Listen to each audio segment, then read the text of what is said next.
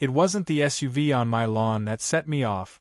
It was the sight of Karen dancing beside it with a barbecue tong in one hand and a glass of boxed wine in the other, yelling to her guests that my driveway was community overflow parking now.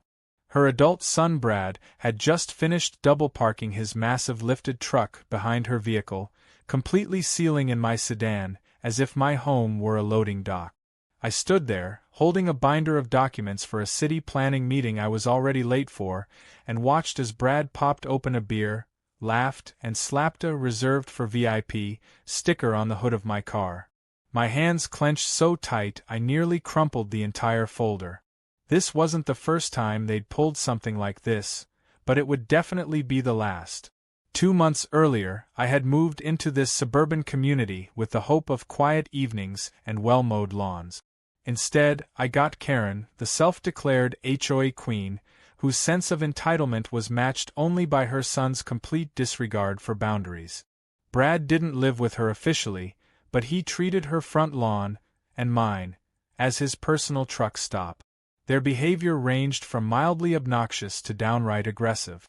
One morning I caught Brad draining oil onto the storm gutter right outside my home, and when I confronted him, he offered me a half-eaten breakfast sandwich and said, "Chill, man. It's biodegradable." Karen, overhearing, nodded like he had just solved climate change. At first, I tried to be civil. A note on the windshield. A polite knock. Even a short conversation about respecting driveways and private property. But civility, it turns out, only works when the other party has a sense of shame. Karen doubled down. "We're a community," she said with a patronizing smile. "You shouldn't be so selfish with your driveway. We all have guests, you know." When I mentioned that I couldn't leave my own home, she replied, "That sounds like a scheduling problem on your part." Things simmered for a few weeks, though never really settled. Brad kept parking wherever he pleased. Karen kept hosting impromptu HOA mixer meetings that blocked half the street. And the HOA board? A mix of Karen's friends and enablers who never responded to my complaint. I documented everything. I took pictures. I printed out HOA bylaws. I even checked local municipal codes. But I never pulled the trigger, thinking maybe, just maybe, they'd finally run out of audacity. Then came the flyer. One Friday evening, a piece of neon orange paper was taped to every door on the block. In the largest font possible, it announced the annual Karen's Kickoff Cookout, hosted in her backyard and open to all respectable residents. It included instructions for attendees to park freely in the nearby driveways, because, as Karen wrote in bold, community spirit means sharing space. That same night, I noticed a bright pink sticky note on my mailbox that read, "Jordan, please move your car Saturday from noon to 8 p.m. to make room for guests. Appreciate you. K." That was the final straw. Not only did she expect me to give up my own driveway, she assumed I would comply without so much as a conversation. I didn't respond to the note. I didn't move my car. Instead, I started planning. Saturday morning arrived hot and cloudless. From my kitchen window, I could already see folding chairs and plastic tables being set up. Brad was lugging a cooler out of his truck, parked, naturally, half on her lawn and half on the edge of mine. I ate my breakfast slowly, watching him leave and return with 2 more coolers and a giant Bluetooth speaker. By 11:30 a.m., guests began arriving. They pulled into curbs, up on sidewalks, and of course, across my driveway. Karen was in rare form, wearing an American flag apron and barking orders like a parade marshal. She pointed at my property like a drill sergeant and directed Brad to park his truck right behind my sedan, completely locking it in. I watched in disbelief as he backed up confidently, threw the keys on the grill table, and high-fived another guest. At that moment, my phone buzzed. It was a reminder for my 12:15 p.m. meeting with the city planner. I had been working for 6 months on a proposal to improve green space behind our neighborhood and had already rescheduled this meeting twice. Missing it today would likely kill the initiative for good. I walked outside and tried to keep my tone calm. I asked Karen to move the cars, explaining that I had somewhere important to be. She sipped her wine, looked me up and down, and said, "It's just one afternoon, Jordan. Can't you reschedule again?" I said no, I needed to leave. Her smile vanished. "You always act like the rules don't apply to you," she snapped. "Brad's already set up. We're not moving just because you don't plan ahead." I turned to Brad, who was mid-bite on a burger and holding a frisbee. He shrugged, said, "Sorry bro," and tossed the frisbee back into the crowd of partygoers. I stood there for a second, stunned. My driveway was blocked by people who genuinely believed they were doing nothing wrong, as if my time, my rights, and my property were secondary to their party plans. Karen waved her tongs in my direction. "Go inside, Jordan. You're being a downer." I didn't go back inside. Instead, I went to my office, printed out copies of the HOA bylaws, circled the clause about blocking driveways, highlighted the section on private easements, and grabbed the memory card from my security camera. I sent a message to my lawyer friend, along with photos of the blockage, and he replied in minutes. "You've got everything you need. Call the towing company. Just make sure it's done while the vehicles are still in violation." I looked back out the window. Karen had just turned the music up to full blast. Brad was now shirtless, throwing bean bags with a friend and blocking the sidewalk. My driveway was completely sealed, and Karen's SUV was practically kissing my garage. I didn't even hesitate. I picked up the phone and made the call. 2 trucks would arrive within the hour, and I made sure they'd arrive right in the middle of Karen's opening toast. Because if Karen wanted to turn my driveway into her party lot, then her guests were going to get front row seats to a towaway drama they'd never forget. As I hung up the phone with the towing company, a strange calm washed over me. It wasn't the smug kind of calm, not yet. It was the eerie stillness before a storm breaks. Outside, the barbecue had kicked into full swing. A DJ Karen had probably bartered with was spinning generic summer hits, the kind with too much bass and not enough melody. Plastic folding tables buckled under piles of food, coolers overflowed with beer, and kids ran wild between yards, nearly knocking over lawn chairs. Karen strutted across the scene like a queen inspecting her kingdom, tongs in hand, oversized sunglasses reflecting nothing but her own ego. Brad, now fully shirtless and sunburned despite it being barely past noon, was arguing with someone about who could shotgun a beer faster. My driveway, meanwhile, remained barricaded by their vehicles, an asphalt hostage held in broad daylight. I reviewed my call log and checked the towing confirmation. 2 trucks, ETA 45 minutes, and yes, they'd coordinate their arrival. I gave them the details about the vehicles, described the layout, and even offered them my security footage if anyone tried to claim it wasn't legit. This wasn't about revenge. It wasn't about power. It was about being pushed so far that the only option left was to hit back harder than they thought possible. And the best part? It would all unfold in front of every neighbor, every party guest, and every person Karen thought she ruled over. It wouldn't just be a tow. It would be a spectacle. But I wasn't done yet. I went back inside, pulled out my home office drawer, and grabbed the HOA binder I'd been forced to keep ever since Karen had personally delivered it, wrapped in ribbon, during my first week here. She'd said, "You'll want to memorize this. We run a tight ship here." I hadn't read all of it then, but over time, I had become painfully familiar with its content. Section 6, page 13. Blocking access to a resident's driveway or private entryway constitutes a violation of Community Code 4.2.1 and is subject to immediate correction and potential fine. Clear as day. I printed that page out, highlighted it, and attached it to my front door with a note underneath.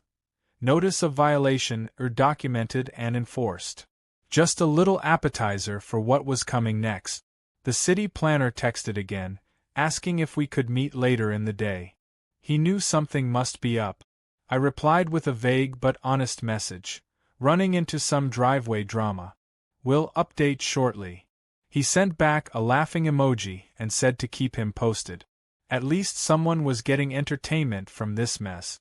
Back outside, the scent of overcooked burgers drifted through the air. Guests swarmed around Karen, complimenting her setup. One of them, a tall man in khaki shorts and a pineapple shirt, was gesturing toward my driveway and laughing. I couldn't hear what he said, but Karen's laugh carried across the yard like a foghorn. She looked over at my house, raised her wine glass, and shouted, "Jordan, you're still invited if you promise to smile." Another round of laughter followed. I didn't respond. I simply looked at my phone and watched the tracking dots for the tow trucks get closer. It was around the 30-minute mark when things started to shift. A few guests began asking about parking. A woman in a sundress stood near the edge of my driveway, clearly unsure whether to walk across it. She looked around and eventually tiptoed across like it was a landmine field. Two teenagers tried to squeeze a third vehicle into the gap between Brad's truck and Karen's SUV, but the tires scraped against the curb, and they gave up. That truck now sat awkwardly half on the street, half on the grass. Everything was becoming more chaotic, less organized. Just how I'd hoped. 15 minutes to go. I grabbed my security camera footage, downloaded the most damning clips to a flash drive, and slipped it into my pocket. If anyone dared accuse me of wrongdoing, I wanted the truth ready to go. I also took one last photo of the driveway, clear timestamp, full view of the blockage, guests walking around the cars like it was a public plaza. I forwarded it to the towing company with the message, "For your records. They're still in place." The reply came back fast, "Perfect. We'll be there in 10. I couldn't help but smile as I stepped outside with my iced tea and leaned against my porch railing. Karen saw me and raised her eyebrows. "Changed your mind about joining us?" she called out, her voice artificially sweet. I gave her a casual nod. "Oh, I'll be part of it soon enough."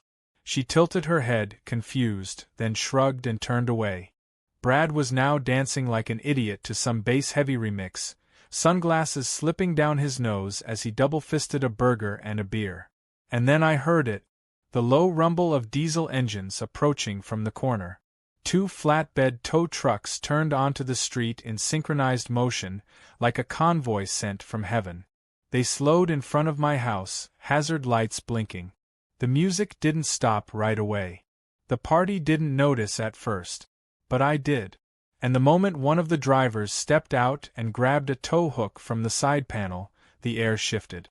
Karen's head snapped around. Her eyes locked onto the trucks. Her mouth dropped open. For a second she froze, unsure if it was real. Then, like someone lit a firecracker in her designer sandals, she bolted toward them, waving her arms like she was directing an airplane. "No, no, no. This is private property. You can't do this," she screeched. The tow driver calmly raised a clipboard. "We've got authorization from the homeowner. Vehicles are illegally blocking a private driveway." Karen turned to me, absolutely livid. "Jordan, what are you doing? This is a neighborhood event." I took a slow sip of my tea. "Exactly. And I'd like to participate. But you and Brad are blocking my spot."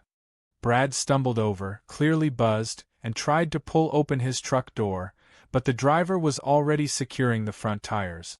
"Don't touch my rig, man," Brad slurred, puffing up his chest. The second tow operator stepped in, much larger and calmer. "Back away, sir. You're interfering with an active tow." Someone started filming on their phone. Then another person. Within seconds, the spectacle became the center of the entire party. Karen shouted something about the HOA and called them on speaker. Brad tried to yell at the tow driver and tripped backward over a cooler, soaking himself in Gatorade. Guests whispered, then laughed, then started clapping as the trucks winched both vehicles onto the beds. The SUV groaned as it tilted upward. Brad's truck followed soon after, leaving a fresh imprint on my grass that I knew I'd bill them for later. Karen looked like she was about to explode, face red, arms flailing, demanding someone stop this insanity. But no one moved. And when both tow trucks finally pulled away, I turned to the crowd and said, just loud enough to be heard, "Next time, maybe send out parking passes with those flyers." A ripple of laughter followed. Karen stormed off into her backyard, dragging Brad behind her, her barbecue dream already crumbling in the heat. And just like that, I had my driveway back. But this was only the beginning. Because now the whole neighborhood had seen her power get towed right out from under her. And something told me Karen wasn't the type to take public humiliation quietly. The sound of those tow trucks echoing down the block had barely faded when the real chaos began. Karen didn't retreat quietly to lick her wounds. No, she regrouped like a general preparing for war. Her face, a flushed mask of fury, peeked from behind her lattice fence throughout the afternoon like she was planning a siege. The music stopped. The food sat untouched. People wandered away from the party in awkward silence. One brave neighbor tried to cheer things up by slicing the sheet cake Karen had made, but when she saw him handing it out, she snapped that it was for invited guests only and slammed the tray shut. Whatever illusions of community spirit had lingered, they were now charred ruins beneath the emotional mushroom cloud she had just detonated. I didn't expect gratitude from her, of course. But I didn't quite expect what came next either. That evening, as I was tidying up around the house and finally ready to leave for a delayed meeting with the city planner, I found a letter taped to my mailbox. It was written in all caps with bold marker, "Notice. Intent to file HOA violation for hostile conduct." Beneath that was a short message, scrawled in Karen's unmistakable looped handwriting. "You have been reported to the board. You will regret this." I actually laughed out loud. Hostile conduct? I had documented every step, followed every rule, and even given them the opportunity to move their cars before calling the trucks. If anything, I'd been patient. But Karen didn't operate on logic. She operated on outrage and assumed everyone else would bow to it. I took a picture of the letter, filed it with the others in a folder I was now affectionately labeling Karen Chronicles, and went about my business. Later that night, Brad posted a rambling story on his social media. It was mostly incoherent, but the general idea was that I had ambushed them and ruined the community vibe with my power trip. A few of his friends commented in support, but others, neighbors mostly, replied with videos and pictures of the blocked driveway and the tow truck. Some posted clips of Karen yelling, Brad stumbling into the cooler, and me sipping iced tea with quiet satisfaction. Within hours, someone had spliced it into a meme with dramatic music and the caption, "When HOA Karen meets the law." It started spreading fast. By morning, the video had gone semi-viral on a local Facebook group. Even the HOA's own internal page, typically filled with bland posts about bake sales and lawn care, was lit up with argument. Some residents praised me for finally standing up to Karen's bullying. Others, clearly her allies, condemned the aggressive display and said it set a dangerous precedent.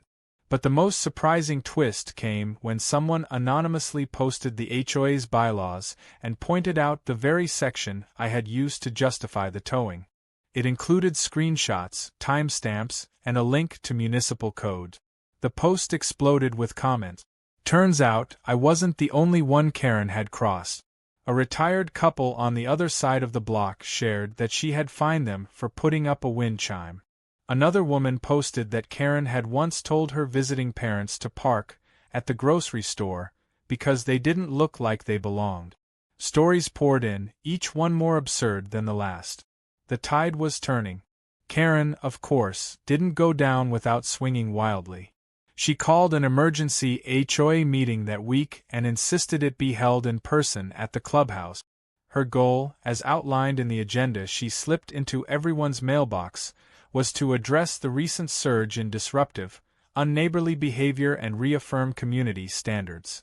Translation: she wanted to punish me and rally her shrinking base of supporters. I attended, of course.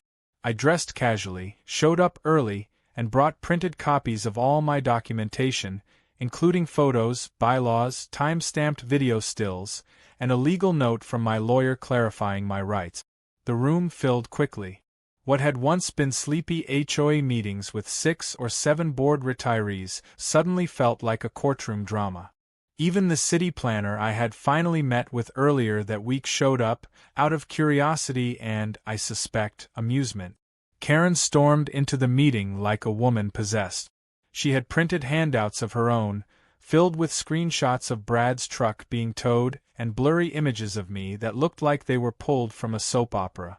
She opened the meeting with a loud, performative sigh and began with a speech about decorum and respecting shared spaces. But as she spoke, her voice trembled with fury. When she finally pointed at me and accused me of orchestrating a targeted public humiliation, I calmly raised my hand and asked if I could respond. The moderator, a neutral board member who had clearly grown tired of Karen's antics over the years, nodded. I stood, handed out my own documents, and walked the group through what had happened. I explained the rules, showed the footage, and made it clear that I had followed every legal and procedural step available. I even played a short video clip on a projector of Brad slurring and stumbling while calling me names with his truck visibly blocking my car. The room was silent. Then someone chuckled. Then others joined in. Even a few of Karen's usual allies looked down or away. Karen turned beet red and tried to shout over the noise, but no one listened. When she demanded a vote to censure me, the board denied the motion. When she asked for fines to be levied, they refused. And when she claimed I had weaponized towing companies, someone in the back actually snorted and said, "Sounds like you weaponized your own SUV first." Brad wasn't even present. Word had spread that he'd gotten into a shouting match at work over the viral video and had been suspended pending review. Apparently, his company didn't appreciate the bad press of having their logo featured on a drunk man's chest while being towed on camera. At the end of the meeting, a motion was made by another resident, not me, to call for a vote to replace the current HOA leadership. Specifically, to remove Karen as president. The motion passed overwhelmingly. A vote was scheduled for the following week.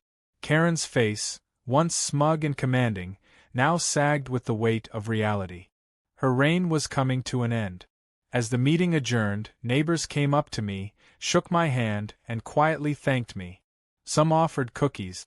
One woman gave me a coupon for a local car wash and said it was for surviving the mess. Even the moderator smiled and said, "About time someone stood up to the madness." I walked home that evening feeling lighter than I had in weeks. My driveway was clear. The neighborhood felt less hostile. And Karen? Well, she was about to learn what accountability felt like in full public view. But deep down, I knew this wasn't just about a blocked driveway anymore. This was about the entire neighborhood waking up to a truth they had quietly accepted for too long. Karen's world was built on fear, intimidation, and assumptions. And now, that foundation had begun to crack. As I turned into my yard, the porch light clicked on. I looked down at the sidewalk, clear, unobstructed, and peaceful. Just the way it should have been all along. I took one last sip of iced tea and thought, we're not done yet, Karen. Not even close. The week leading up to the HOA leadership vote felt like something out of a political thriller, only instead of campaign signs and press conferences, we had yard gossip, homemade flyers, and passive-aggressive Facebook posts. Karen wasn't going down without a fight. Her signature move, of course, was fear. She started slipping anonymous notes into neighbors' mailboxes warning that a power grab was underway and that if she lost the presidency, the neighborhood would descend into chaos. According to her messages, I was a troublemaker, a rule-bender, and possibly even a criminal. The absurd part was that she never mentioned the driveway incident directly, as if by erasing it from the narrative, she could make the public humiliation disappear. What Karen hadn't anticipated was that her meltdown at the emergency meeting had been a turning point. People didn't see a leader anymore. They saw a dictator who had turned a suburban HOA into her personal fiefdom. And now that someone had challenged her, and survived, others were ready to speak up. The same neighbors she had intimidated for years were starting to band together, comparing notes, sharing stories, and realizing how many of them had quietly suffered under her self-imposed rule. One older gentleman, Mr. Lawrence, came to my door holding a plastic bag filled with paper scrap. It turned out they were citations Karen had handwritten over the years, accusing him of things like having noisy wind chimes and unsanctioned Halloween decor. His offense that particular year had been putting out a fog machine before October 15th. She said it disturbed the migratory birds. He told me, completely straight-faced. Another woman, Sharon, shared that Karen once threatened to fine her daughter for riding a bike without a helmet. The child was 4 years old and hadn't even left the sidewalk. These stories were ridiculous, yes, but they painted a clear pattern. Karen thrived on control. She used the HOA like a weapon, selectively enforcing rules while ignoring others that applied to her inner circle. Brad had parked his diesel monstrosity across half the neighborhood for months and never received a single warning. But Sharon got a warning for hanging laundry behind a privacy fence. The double standards were too blatant to ignore. As the days passed, I noticed a shift in how people treated me. Neighbors who once offered only tight-lipped nods now waved enthusiastically or stopped to chat. A few even apologized for not speaking up sooner. I never blamed them. I knew what it was like to deal with someone like Karen, how she could make you question whether the rules even mattered when she bent them at will. But now the tide had turned. The HOA wasn't just voting on leadership. They were voting on whether fear would continue to rule the block. Karen, meanwhile, went full scorched earth. She hosted a neighborhood brunch in her backyard the day before the vote. Brad grilled sausages and wore a shirt that said, "Keep the Queen." She had set up banners claiming she stood for tradition, order, and respect. Funnily enough, no one from the current HOA board showed up except one nervous woman who left after 15 minutes. The guests mostly included a handful of her loyal friends and Brad's drinking buddies, who spent most of their time shouting into a karaoke mic and playing cornhole with the intensity of professional athletes. That night, another letter appeared on my door, this one folded neatly into an envelope. Inside was a typed message that began with, "We can settle this like adults." Karen offered to step down quietly if I agreed to publicly apologize for the disruption I had caused and support her in retaining an advisory position. I read it twice just to make sure it was real. Then I laughed so hard I nearly dropped it. She genuinely thought I'd negotiate like we were two heads of state. I didn't bother replying. Some power trips are best ended cold. The night of the vote arrived with all the tension of a season finale. The meeting was held at the community clubhouse again, only this time it was standing room only. People filled the space wall to wall, some fanning themselves with printed agendas, others clutching clipboards or cups of lukewarm coffee. I sat near the back, not wanting to make myself the center of attention. But Karen? She waltzed in with Brad trailing behind her, dressed in a blazer that looked like it belonged to someone 3 sizes smaller and far more respectable. Her entrance was theatrical, her smile forced, and she nodded at people like a celebrity visiting a fan convention. The moderator, the same board member from the last meeting, called things to order. First came the formal reading of the motion to vote for new HOA leadership. Then came the nominations. 3 names were put forward, mine was not one of them. I hadn't sought office and frankly, I didn't want it. I just wanted peace and a driveway that didn't double as someone's private parking garage. The candidates were all long-time residents who had experienced Karen's rule firsthand and had reputations for being fair and reasonable. Before the vote, Karen insisted on giving a speech. She stood up, cleared her throat dramatically, and launched into a tirade about tradition, standards, and how certain individuals were trying to undermine the values that held the neighborhood together. Her voice cracked with emotion as she claimed she had sacrificed her time, energy, and social life to protect the community from disorder. It might have worked if she hadn't then accused half the room of being misled by gossip and internet sensationalism. That's when the murmurs started. When the vote began, people moved silently to the front to drop their ballots into a box. Brad watched each person like a hawk, whispering to Karen after every third or fourth slip. When the final vote was tallied, it wasn't even close. Karen lost by a landslide. Every single seat on the HOA board turned over that night.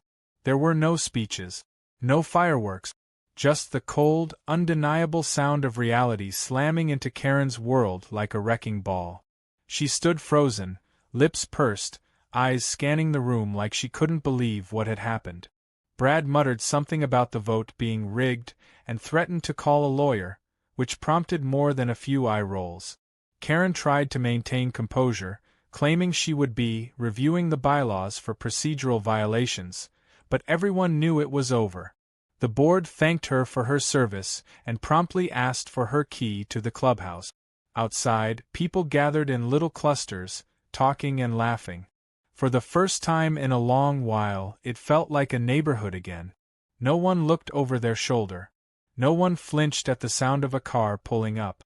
Someone even brought out a portable speaker and played music. The impromptu celebration lasted well past sunset. I returned home to find a note taped to my front door once again. This time, it was handwritten but polite.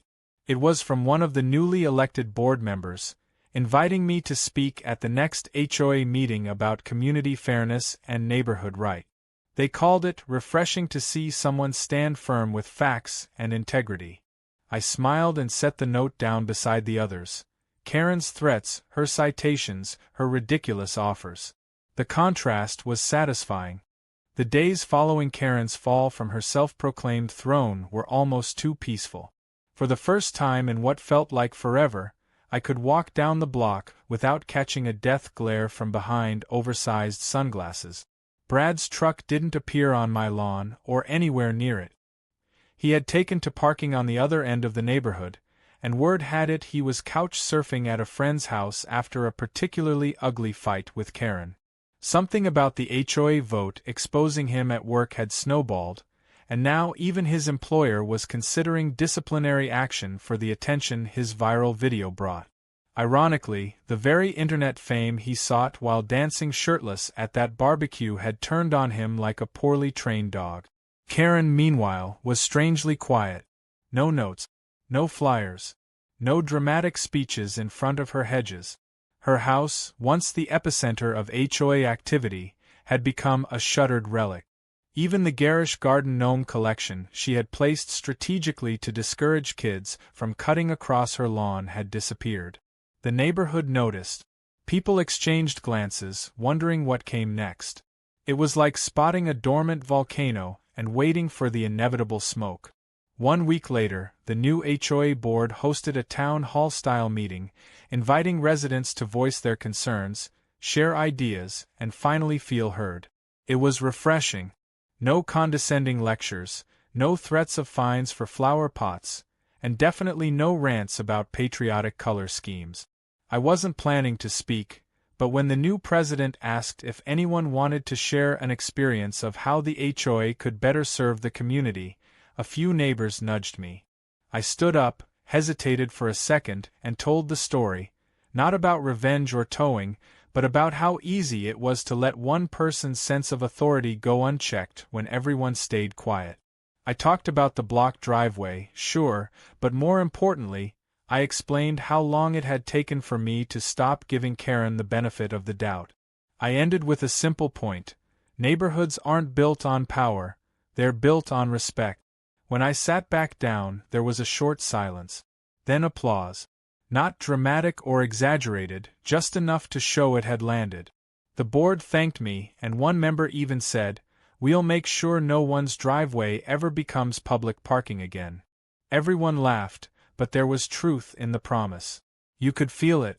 The meeting ended with plans for a community garden and a list of proposed rule changes, including one that limited how long a vehicle could be parked in front of another resident's property. No one said Karen's name. No one had to. A few days later, a large moving truck pulled up in front of Karen's house. Curtains twitched all over the street as neighbors peeked out to watch. Brad emerged first, his expression a cocktail of bitterness and embarrassment. He stomped around the yard loading boxes into the truck, nearly dropping a lamp on the driveway. Karen followed behind him, barking orders and angrily swiping at her phone. From my porch, I could hear snippets of her voice carrying across the air. She was still complaining, still blaming the HOA vote on a conspiracy, still insisting someone had doctored the footage from the barbecue. No one came to say goodbye. Not a single neighbor offered help, waved, or even acknowledged her departure. It was the kind of quiet exit reserved for people who had burned every bridge and then tried to sell the ashes. As the truck backed out of her driveway, Karen stood on the porch and scanned the block like she was daring someone to stop her. I gave her a polite wave from my lawn chair. She froze, her lips tightening, and then disappeared inside without returning the gesture. Moments later, the front door slammed shut for the last time. Word spread that the house had been listed for sale by a private agent, with instructions that all communication be handled online. That suited the neighborhood just fine. A few people even joked about sending her a farewell gift basket filled with mini traffic cones and tow truck brochures. Someone else suggested a driveway-shaped cake, which got a round of chuckles at the next weekend block party. Yes, there was a block party. A real one. Organized by the new board, it was held in the community park instead of anyone's backyard. There were tables, music, a bounce house for kids, and even a taco truck brought in by a generous resident. I showed up late, not sure what kind of reception I'd get, only to be greeted like an old friend. People offered me plates of food, kids ran past yelling about beanbag competitions, and the atmosphere was light and genuinely joyful. At one point, a couple from the far end of the neighborhood approached me, smiling. The woman said, "We just wanted to say thank you. Not just for what you did with Karen, but for showing us we didn't have to be scared of her." Her husband added, "You gave the rest of us a backbone." I thanked them, but the truth was, all I'd done was finally stop letting myself be walked on. The real shift happened when others decided they were done being stepped over, too. As the sun set and people gathered for a group photo near the community center sign, I realized something unexpected. I wasn't just tolerated in the neighborhood now. I was part of it. Not because I made a scene or played some kind of hero, but because I stood up at the right time. When someone abuses power, it takes only one moment of resistance to remind everyone else that it's possible. Back at home, I sat on my now perfectly clear driveway, sipping iced tea as dusk settled in. The street was quiet except for distant laughter and a dog barking down the block. My car sat where it belonged, no trucks parked sideways, no SUVs boxed in by arrogance. The tension that once gripped this place like a vice had vanished. And yet, I couldn't help but glance over at Karen's old house, now dark and hollow. For a second, I almost felt sorry for her. Almost. But then I remembered all the notes, the citations, the smug looks, the blocked exits, and the sound of my car doors locking as Brad's truck thundered too close. That memory was all the clarity I needed. I stood, stretched, and walked back inside feeling like something had ended and something better had begun. Maybe it wasn't just about a driveway. Maybe it never was. Maybe it was about a neighborhood learning what it meant to live together without one person trying to rule everyone else. And maybe, just maybe, Karen's departure wasn't the end of the story, but the beginning of a community finally free to breathe. There were no victory parades, no confetti, just a clear driveway, a calm block, and the quiet satisfaction of knowing I didn't have to raise my voice to make things right. All it took was one well-timed tow.